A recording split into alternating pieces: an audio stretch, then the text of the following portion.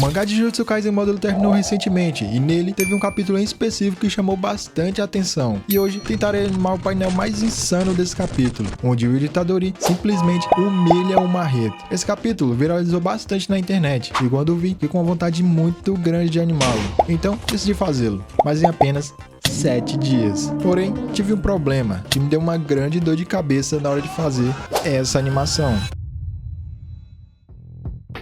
A primeira etapa era decidir quais painéis eu faria a animação, porque fazer a página inteira ia levar muito, mas muito tempo. Até porque eu já tinha feito isso no meu vídeo mais recente de Blue Lock, e mano, dá trabalho demais. Não daria pra fazer isso mais uma vez. Como eu tô fazendo tudo sozinho, precisava ser o suficiente pra deixar a animação da hora, e que fosse possível fazer em pouco tempo. Então, escolhi só 10 painéis, o suficiente pra animação ficar da hora. Tem impacto, mas sem virar um projeto demorado demais. Só que tem um detalhe, eu não fazia a menor ideia de que um desses painéis ia simplesmente fritar o meu cérebro no processo.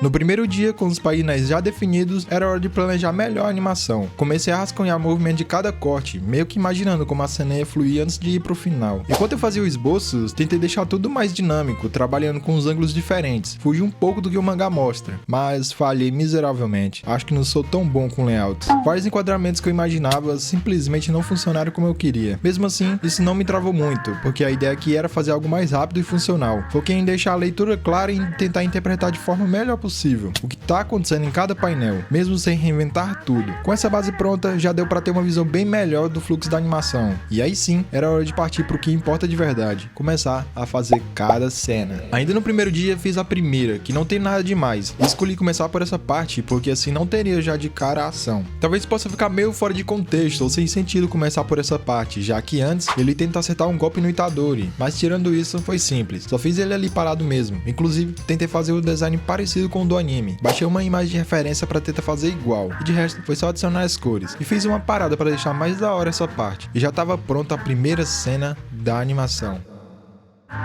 No segundo dia, o corte 2, que é bem simples também, onde mostra só o Itadori. Foquei mais no design dele e como no mangá ele não tá fazendo nada, só olhando o lugar onde ele tá, eu animei o olho dele, olhando pro lado, e mais nada. Já na hora de colocar as cores, fiquei em dúvida de qual era a cor do casaco dele. No mangá tá branco, então provavelmente vai ser uma cor clara, ou o próprio branco, mas eu achei meio sem graça, então decidi colocar a mesma cor que muitas estão colorindo o mangá, que no caso é uma cor meio cinza, e pra ser sincero, combinou bem mais. De resto, só adicionei o degradê na pintura para deixar mais da hora e tava pronto mais uma. Se as duas primeiras cenas foram fáceis, essa foi um pouco mais difícil, já que agora tinha mais animação. Essa parte, o Marrito usa a habilidade dele no chão para deixar meio que elástico com ondas. E só peguei um quadro da primeira cena para manter o design do Marrito consistente e só animando os braços dele descendo rápido, até ele ficar agachado no chão. Nessa cena, fiz uma animação como se a câmera estivesse se afastando dele, com o Itadori aparecendo aos poucos no enquadramento, e em sequência, o solo levantando ele. Essa parte do solo eu vou deixar só pro final, quando tiver feito todos os cenários. Para concluir essa cena, só adicionei as cores de ambos, e aí sim, finalizar mais um corte. A cena 4 foi bem mais fácil, já que só tinha animar a boca dele para fazer a fala. Tentei deixar bem expressiva essa parte, e até que ficou bom. Depois disso, foi só o padrão. Marquei as sombras, joguei as cores e dei aquele acabamento final. E aí sim, mais uma cena finalizada.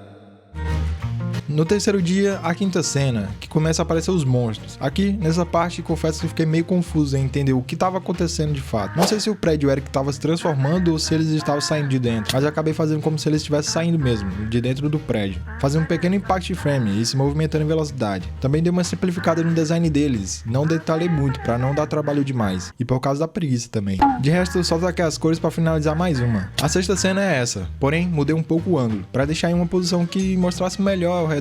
E também mostrar os monstros cercando o Itadori, e funcionou bem nesse ângulo. Depois foi só adicionar as cores e finalizar mais um corte. Agora chegando na metade das cenas, sendo a sétima. Essa é mais um complemento da anterior. No mangá mostra o Marrito mais próximo da câmera, e o Itadori meio que dentro de uma bola formada pelos bichos. E nessa só mudei um pouco o ângulo, para deixar mais visível todo o ambiente. Ainda fica meio estranho, já que não tem um cenário, mas calma que já fica melhor. Com os frames feitos, coloquei as cores de cada, e a bola que cerca o Itadori, deixei também pro final, quando tiver feito os cenários. E assim, finalizando mais uma cena.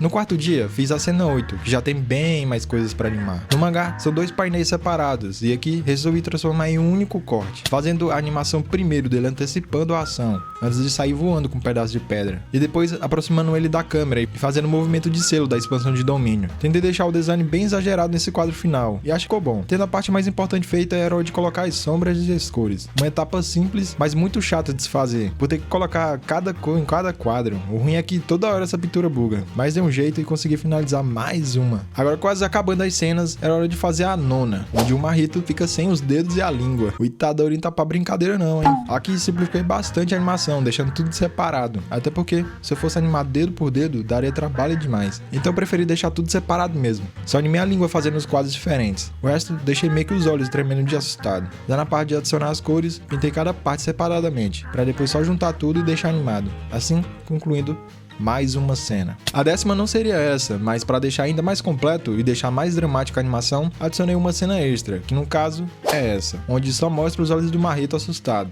Na animação, segui exatamente o que tá no mangá, e animei só os olhos dele virando rápido. Essa cena vai passar rapidão, vai dar nem pra perceber ela, mas ajuda a completar a animação, dando mais impacto. O quinto dia chegou no corte principal, a cena que eu mais temia, simplesmente a parte em que o Itadori deixa tudo em pedaços, incluindo o Marrito. Mas ainda não era o pesadelo completo, porque aqui só vou animar os dois na cena, e o cenário fica pra depois, porque aqui foquei mais no Marrito, já que é ele que tem de fato o que animar. E tive uma ideia pra deixar tudo consistente, porque seria a mesma ideia da antepenúltima. Desenhei o Marrito por completo, e depois fui separando por partes, cada corte. E na hora de adicionar as cores, cada parte também separada, pra juntar e usar uma ferramenta do próprio Krita, animando cada pedaço e movimentando individualmente, para vários lados. Já o Itadori não tem nada demais, só ele lá longe parado olhando. E assim finalizei a penúltima cena. A última cena era para ser só a anterior mesmo, mas senti que tava faltando alguma coisa para fechar melhor. Aí eu resolvi inventar mais uma cena extra, que nem existe no mangá, só para dar aquele impacto final. Pensei em usar a fala do Itadori que rola nessa luta, e então fiz uma animação dele falando isso, já imaginando como ia ficar na edição, com a dublagem por cima. No fim, essa cena acabou dando muito mais peso pro final e deixou um encerramento mais da hora, fechando com chave de ouro a animação.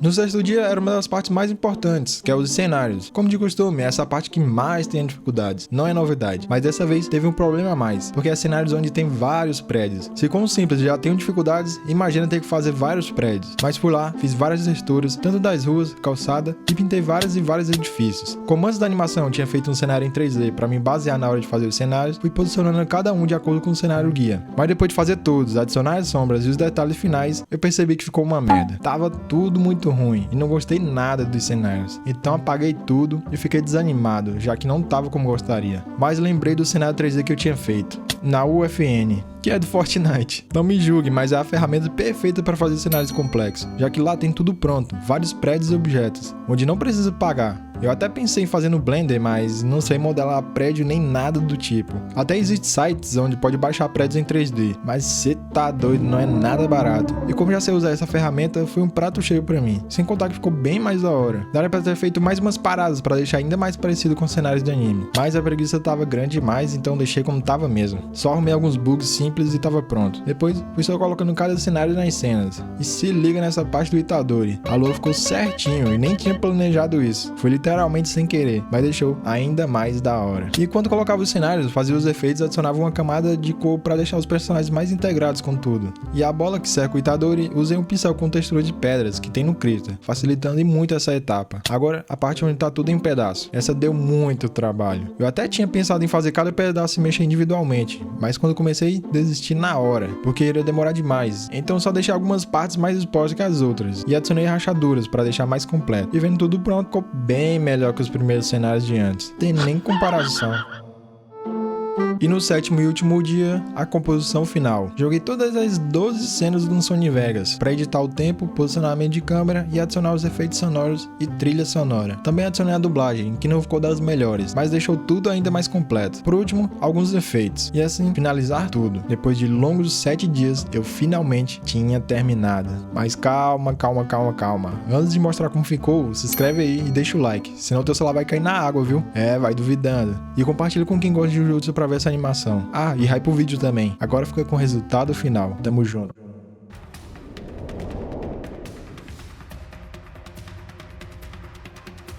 Shibuya.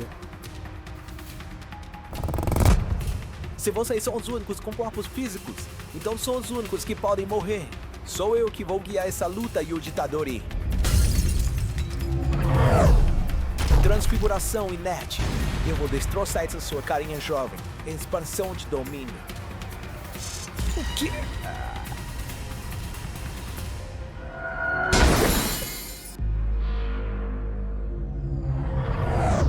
Você era tão fraco assim?